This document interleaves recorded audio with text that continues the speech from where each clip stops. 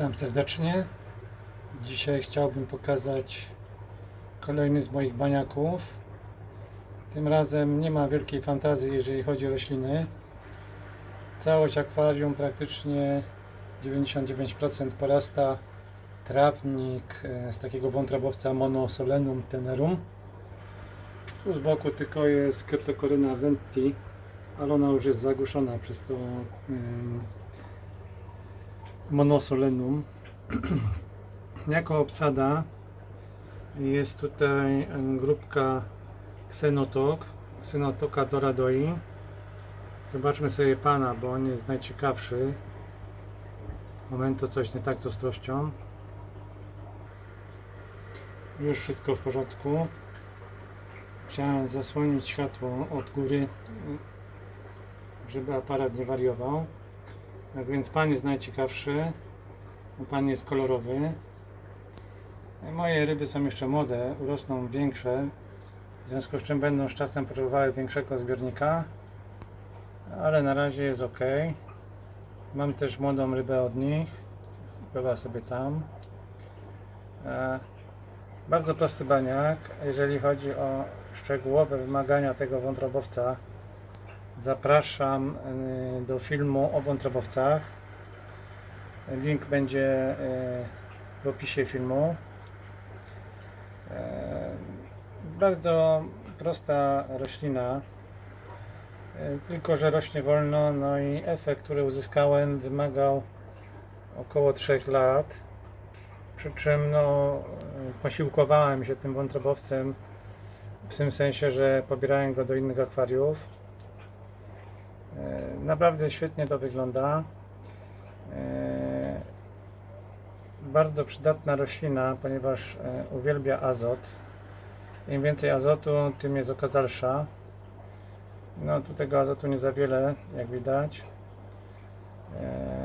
W związku z czym gałązki są dość takie cienkawe. Dodatkowo nie ma tutaj ogrzewania, aczkolwiek ten wątrobowiec rośnie także w temperaturze około 16 stopni. Bez problemu. W niższych temperaturach żyje, ale no nie rozwija się jakoś szczególnie szybko wtedy. Szczególnie szybko w sensie tej konkretnej rośliny, bo generalnie bardzo wolno rośnie. Jeden z fajniejszych moich baniaków, takich w pełni zarośniętych. Jak widać, masa miejsca do pływania dla ryb. Na rybek też ma gdzie się schronić. Są tu też krewetki, których teraz nie widzę akurat.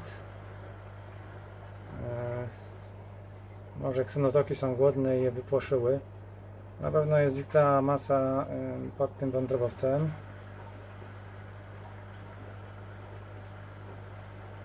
Naprawdę polecam tego wątrobowca. Przy czym w zależności od parametrów wody i oświetlenia może się ta roślina zmieniać. To pokażę w dalszym toku przeglądu. Często te gałązki nie są takie wąskie, tylko jajowate. Można by powiedzieć, że jest to inna roślina. Stąd pomyłka w nazewnictwie tych roślin. Często sprzedawana jest jako Lomariopsis, natomiast Lomariopsis to paproć, tylko u paproci dość mocno zaznacza się przemiana pokoleń i gametofit ze sporofitem mogą no, różnie wyglądać, znaczy zawsze różnie wyglądają, ale mogą bardzo mocno różnić się, jeżeli chodzi o wygląd i wielkość. No i gametofit tej paproci Lomariopsis no bardzo podobnie wygląda jak tutaj to Monosolenum. Natomiast sporofit, czyli ta forma, która wytwarza zarodniki, czyli paproć właściwa, no wygląda jak taka normalna paprotka dużych rozmiarów. Natomiast tutaj na pewno mamy do czynienia z wątrobowcem. Chociaż trudno powiedzieć, bo to też nie ma 100% pewności. bo kupowałem też Lomariopsis, być może rzeczywiście był to ten Gametophyt paproci. No jak widać, ryby świetnie się tu czują, póki co nie są zbyt duże.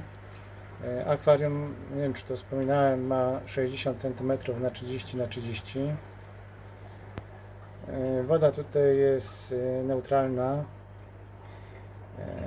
Ksenotoki są w stanie żyć w dość miękkiej wodzie, w przeciwieństwie do większości gatunków żyworodnych. Udają się nawet naprawdę w miękkiej wodzie i lekko kwaśnej. Natomiast tutaj u mnie woda jest lekko twarda o neutralnym pH. To ze względu na wątrobowca, którego nie chciałbym zniszczyć. No, prędzej bym przeniósł ryby, niż dopuściłbym do obumarcia tego wątrobowca. No, wiele o budowie tego zbiornika Wam nie powiem, bo jak sami widzicie, nie ma tu wiele do powiadania. Po prostu piękny trawnik z wątrobowca. Chciałbym kiedyś taki uzyskać z Ricardi Hamedryfolii, ale to by trwać musiało chyba z 20 lat, żeby ona tak narosła. W pierwszym odcinku przeglądu możecie zobaczyć Ricardię. W zasadzie no, mógłbym już skończyć, bo to wszystko, co mogę powiedzieć o tym akwarium. Wcześniej miałem te inne ryby, miałem okończyki Gilberta, ale no niestety wymarły mi w tamtym roku ze względu na infekcję bakteryjną wywołaną, no przypuszczam, że planktonem Skyphasa. Ale to może o tym wspomnę, co słychać w Fish Room. Natomiast dzisiaj no powoli będę kończył. Naprawdę jeden z fajniejszych zbiorników. Tak jak wspomniałem, może nie bardzo stary, no ale około 3 lat ma, może nawet więcej. Niestety zatarła mi się informacja, którą miałem napisaną, kiedy założony został zbiornik. Jako filtracja, jak widać, filterek gąbkowy. No i to całkowicie wszystko. To wystarcza. Mam nadzieję, że ksenotoki troszkę więcej azotu tutaj wyprodukują. No tak jak wspomniałem, wzrost tej rośliny jest bardzo silnie powiązany z ilością azotu. Bez problemu jest w stanie wytrzymywać dawki azotu typu 50 ppm i wtedy rośnie najlepiej. W naturze spotykana jest ta roślina w takich miejscach, gdzie no, ze względu na zanieczyszczenie czy też jakieś specyficzne warunki, no, jest bardzo dużo azotu. Na przykład porasta uliczne toalety w krajach, gdzie rośnie naturalnie, czyli w Azji. Często są to po prostu jakieś tam wykopane doły ogrodzone jakimś murkiem, no i ta roślina porasta wszelkie możliwe wolne miejsca. Naprawdę polecam, świetna, wydaje mi się, że dość łatwa w uprawie, rośnie prawie przy każdym świetle, z tym, że jeżeli jest tego światła dużo i jest odpowiednio dużo azotu, no to jest dużo bardziej masywna, no i dużo szybciej rośnie wtedy. Mnie akurat na tym nie zależy specjalnie, podoba mi się tak jak jest, więc wydaje mi się, że chyba wszystko robię dobrze. Liczę na to, że więcej tych młodych ksenotok się pojawi. No i to tyle. Pozdrawiam serdecznie, zapraszam do kolejnych filmów. Teraz troszeczkę przyspieszę z tymi filmami, bo no, tych zbiorników jest sporo. Uświadomiłem sobie, że jak się nie pospieszę, to nie skończę na wakacje tego wiosennego przeglądu.